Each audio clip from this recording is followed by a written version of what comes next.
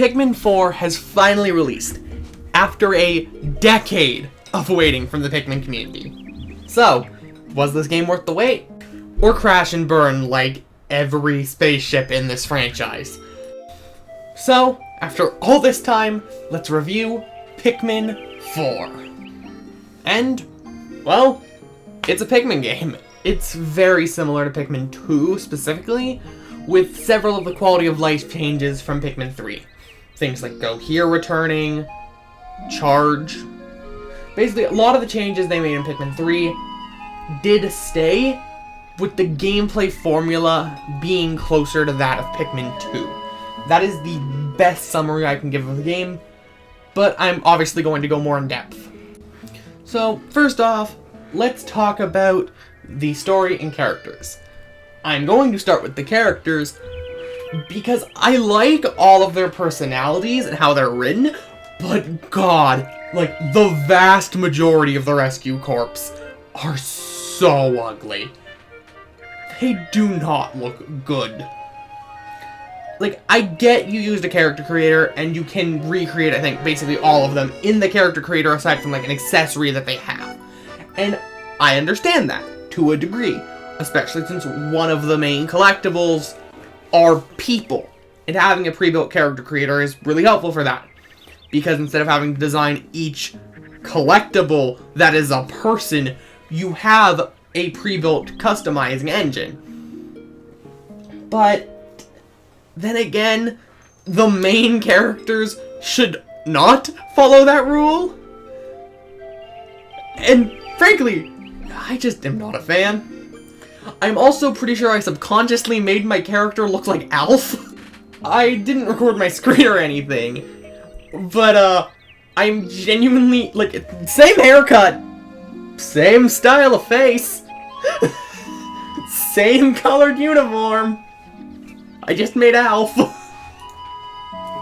As for the story, it seems to follow the bad ending of Pikmin 1, which is really cool. And also really interesting, because it basically, this game, Pikmin 2 and 3 are not canon to it. Maybe? And then, in addition, this game follows Pikmin 2 and would take place after Pikmin 1. So, if Pikmin 5 is a sequel to this timeline, does that mean Pikmin 5 will be a spiritual successor to Pikmin 3? It's hard to say, given, I will confidently say this, Pikmin 2 is very heavily alluded to. If you read Olimar's logs, which you have from basically the start of the game, it's really great. There's a ton of allusions to other things in the series, as well as helpful hints. Basically, that trailer is a mix of, here's some helpful stuff, and here is just some fun lore. But, aside from that, it's really just filled with a ton of homages to the Pikmin games. Story is relatively simple.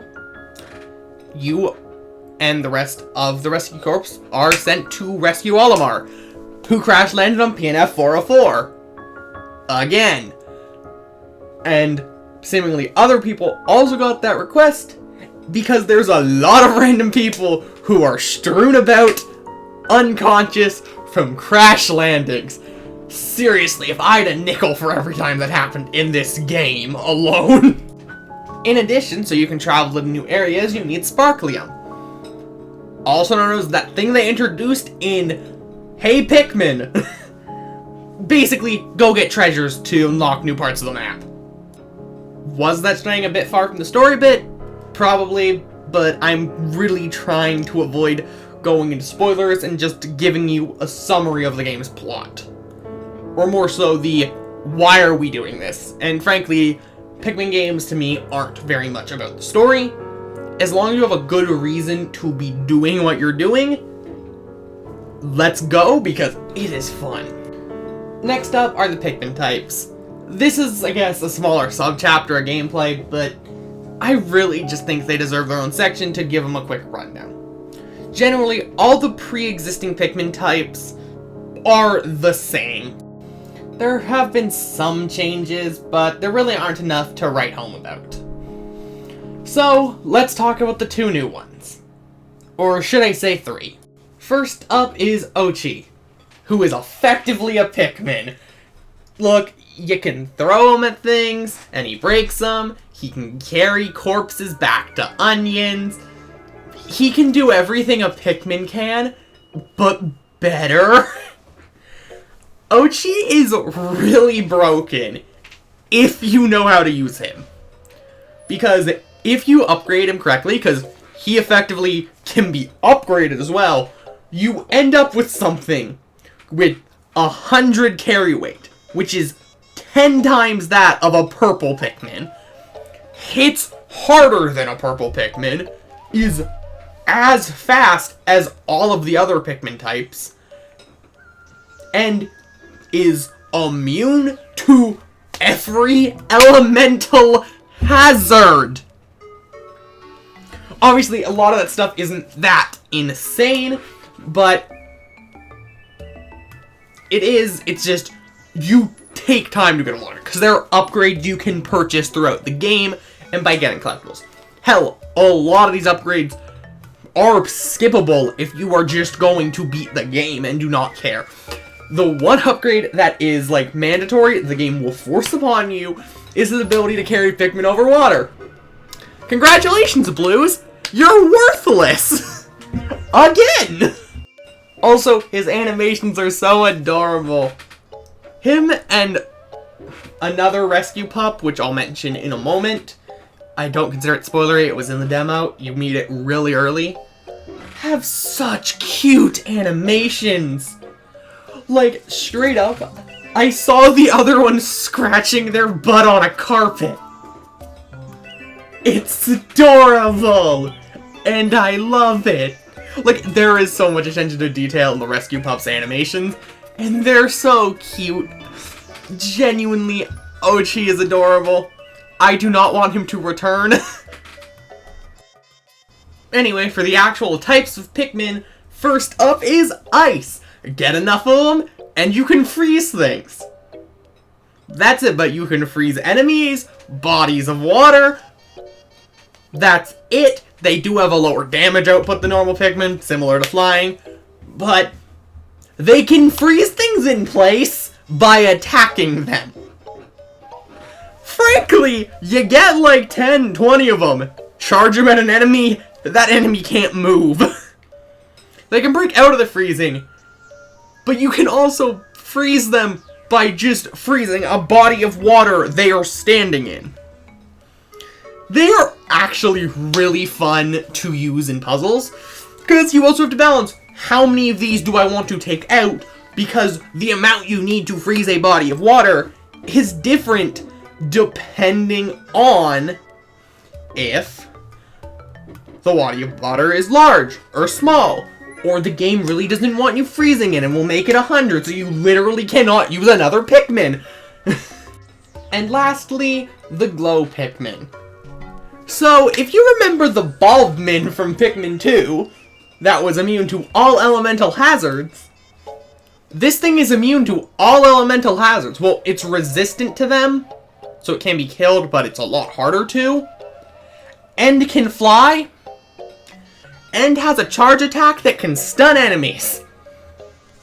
Albeit, it's not that broken, it can only be used in dark places, also called when it's not sunny, and caves. I don't have much to say about it because there isn't much you can. It is insane. It's basically just the Bulbmin 2.0, which weirdly enough, they are both the closest thing we've gotten to a green Pikmin. Anyway, let's talk about gameplay. Generally, the Pikmin all act as you would expect. So, let's start the gameplay section off that isn't talking about the cute little creatures the game is named after negatively. I do not like the cave system in Pikmin 2. And I am not that big of a fan of it here. They are fun, and in a way I am glad they did it because it extends the length of the game exponentially. And hey, the caves in this one aren't procedurally generated, I think. So, yeah. They're honestly not too bad to explore. They're fun. I just am not the biggest fan of them because I'd rather just have additional areas. And keeping up the train of negativity, because I figured let's get all of that out of the way, the Pikmin limit is so stupid. There are 2 new limits on Pikmin. 1, you can only have 3 types out at once. Why? Like, for me, a big selling point of this game, what it seemed like, is you have access to all of the Pikmin types throughout the series. Minus Bulbmin and Mushroom Pikmin, but, like, those aren't friends, so they don't really count. And you can't. Which causes some really weird balancing, because it's like, okay, so I'm only going to take 1 offensive Pikmin out. Do I take the rock, red, or purple? Which is the most broken? I found it to not be the red Pikmin. I'll tell you that. And they weren't really used past when I got a 4th Pikmin type. And then for other things, do I want to bring ice or blue? Ice, they're a lot more useful. It basically kind of forces you to just use and upgrade your Pikmin. Because there are some that are just better. And I don't like that limit. And it's not like the Switch can't handle having more than 3 different Pikmin types. In Pikmin 3, you can have 5 at once. And in this game, here's a fun fact. In the final dungeon, if you bring specific Pikmin types into the final dungeon with you, have a glow seed, which allows you to spawn a glow Pikmin in a cave, and use the candy pop buds that are provided to you, you can have all of the Pikmin types on you at once. The game can handle it, it just doesn't want you to. And the other limiter on your Pikmin is the Farlix. You can upgrade your onions so you can have more types of Pikmin. You also have to find onions in things like caves and through side quests, which honestly I'm fine with. It means you can get some Pikmin types early and it allows you to do exploration and stuff before you can if you were to just get the onion. And I am fine with that. In fact, the game is technically beatable with only your starting onion. I actually do like that system. It's fun, gives you a reason to explore, because you can get then infinite uses of Pikmin types. And it also makes you want to conserve your army more instead of just kamikazeing them. Because that is what I normally do in these games. But then there's the Farlix system. I hated it when I first started the game. You can only bring out 20 Pikmin? This is stupid. Nintendo's pretending like the Switch can't handle 100. But as I got more, and as I played the game more and thought about it more, you know what? Isn't that bad of a decision? It gatekeeps you early on, but it adds a sense of progression that the other games lack. The issue with it is the fact it wasn't there originally. And frankly, that isn't the game's fault. It feels weird because initially it just feels like your progression is being stunted by something that wasn't there originally. And yeah, that's what's happening. But it allows you to not only get more Pikmin types, but it also gives you access to more of them. Honestly, I'm quite fond of this. And hey, you know what would have been a good way to handle the 3 Pikmin limit? You can take 2 Pikmin types out when you only have 20, then 3 when you have 30, 4 when you have 40. That would make more sense. Then I'd be fine with the limit, because it'd be kind of ridiculous if you could only bring out 20 Pikmin and you just had 2 of each. Well, what's the point? But the system is weird. But it did actually grow on me, and I did enjoy it. Although, another gameplay gripe is the lack of boss battles. There's really only the final boss, just like in the first 2 games. Yeah, there are technically enemies you could argue were bosses, but they're the sort of Pikmin 2 bosses that really don't feel all that special, or like they're bosses. So, I'm not too sure. But I can tell you this. I miss them. I miss the bosses. The bosses in Pikmin 3 are really fun. And honestly, some of the highlights of that game. Pikmin 3 has a really good story structure, and I really love. And I will defend it to my death. Pikmin 3 is amazing. But, I don't know. The lack of bosses, aside from the final one, just makes the pacing feel kind of awkward. Like, I get there's more areas than usual, so you'd have to create 7 bosses if we are to have a final boss. And 1 per area. Also, by the way, there's a lot more bosses than usual. Or a lot more areas than usual. Which is great! There's more room to explore! In addition, there are other gameplay changes which I think help the game out a lot. For example, there's the fact you can move your base, which allows for the maps to be bigger without making Pikmin transportation take forever. There are multiple areas that are optional, because you can beat the game before you unlock them. And so much more. As well as, I think, around 300 collectibles.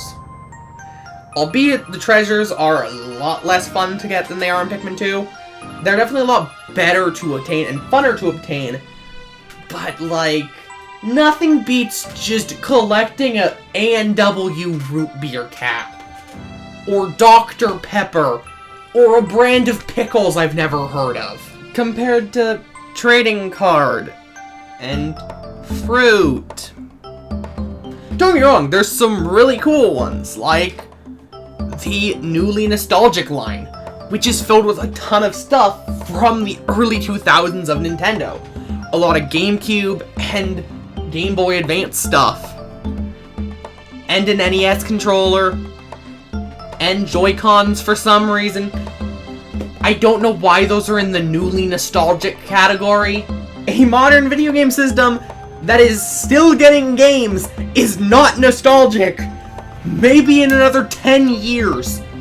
But Nintendo, it is still actively getting support. From you. Hell, I'd be willing to argue that the Wii U could count for this. But the Switch? I remember lining up for this thing on its launch day. And even I wouldn't call it nostalgic. Yet.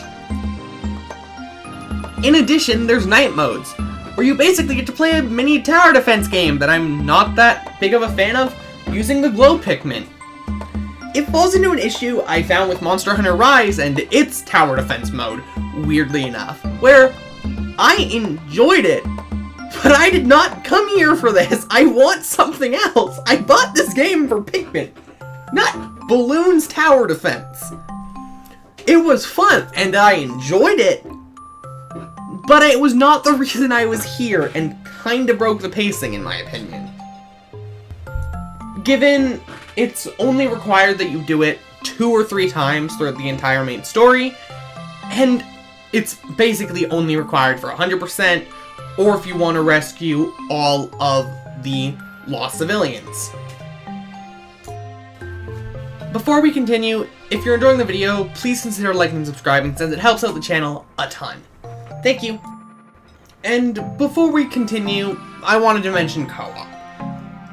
Unlike Pikmin 3 Deluxe, which is essentially just 2 players controlling the 2 captains, co-op in Pikmin 4 is what I would like to call Little Brother mode. Player 2 can shoot rocks at enemies. I'm not joking, that's it. Which, it's helpful in certain encounters, can cheese certain enemies. And I did, in fact, use, especially in a very difficult optional challenge in the late game. Because it is timed, and I tried for genuinely like an hour or so, and kept failing at the finish line. Either way, next up on the list are the visuals, which you are looking at right now, ignoring the fact there's text on the screen. The game looks great. Pikmin has always looked incredible for the systems it's on. genuinely, it is amazing how these games, for Nintendo at least, look a generation ahead. Honestly, you could pass off the GameCube Pikmin games as Wii games. In fact, Nintendo tried to do that themselves, and you could pass off Pikmin 3 as a Switch game, which Nintendo also tried to do themselves. Also, on a related note, I would like to say, complaining about the logo change, because I thought it was stupid, honestly, somewhat decent. Pikmin 3 is getting a reprint because of it. So, you can get a physical copy of an amazing game that was not available physically because Nintendo made like 5 copies of it, I swear. But, as I was saying with visuals, it's Pikmin. The doggos look fluffy, the grass looks grassy, I guess? The dirt has a dirt texture to it. Yeah, some of the stuff looks bad if you zoom in on it and look at it. But at the detail and distance that you are looking at, if you do not use a zoom in feature or actively go out of your way to stare at the dirt with the camera and get as close as you can, looks great in every area. I know people said like, oh, well, you only notice the booster horse pass things if you are looking at it, which, fair enough. This is something where you notice it, that it looks in the texture department, if you use the Switch's built-in zoom-in feature to stare at the dirt. But at the distance the game natively gives to you, it looks amazing. Genuinely, this game is beautiful. I adore it. Honestly, I think I just like this, like, massive garden aesthetic. My favorite level in It Takes Two is also the massive garden. Apparently, I just like this aesthetic. Looks great. Minor spoilers for something that happens post-game. So I guess major spoilers. Olimar's shipwreck story, also known as exactly what I wanted this game to be. To put it bluntly, there isn't a Pikmin limit. The areas are amazing. There aren't caves. There is a day system. Genuinely, you have 15 days to get 30 ship parts. This is just Pikmin 1. And I am fine with that. You essentially are just playing Pikmin 1 using retooled maps from Pikmin 4. It's great, I love it. Genuinely, I love it, it's great.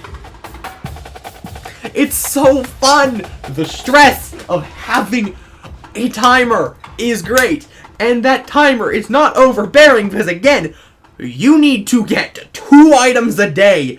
There are like 10 per area. Olimar has less areas to explore. And yes, they're reused, but that doesn't matter. Because one thing about them that is fantastic is enemies, hazards, are switched around and changed.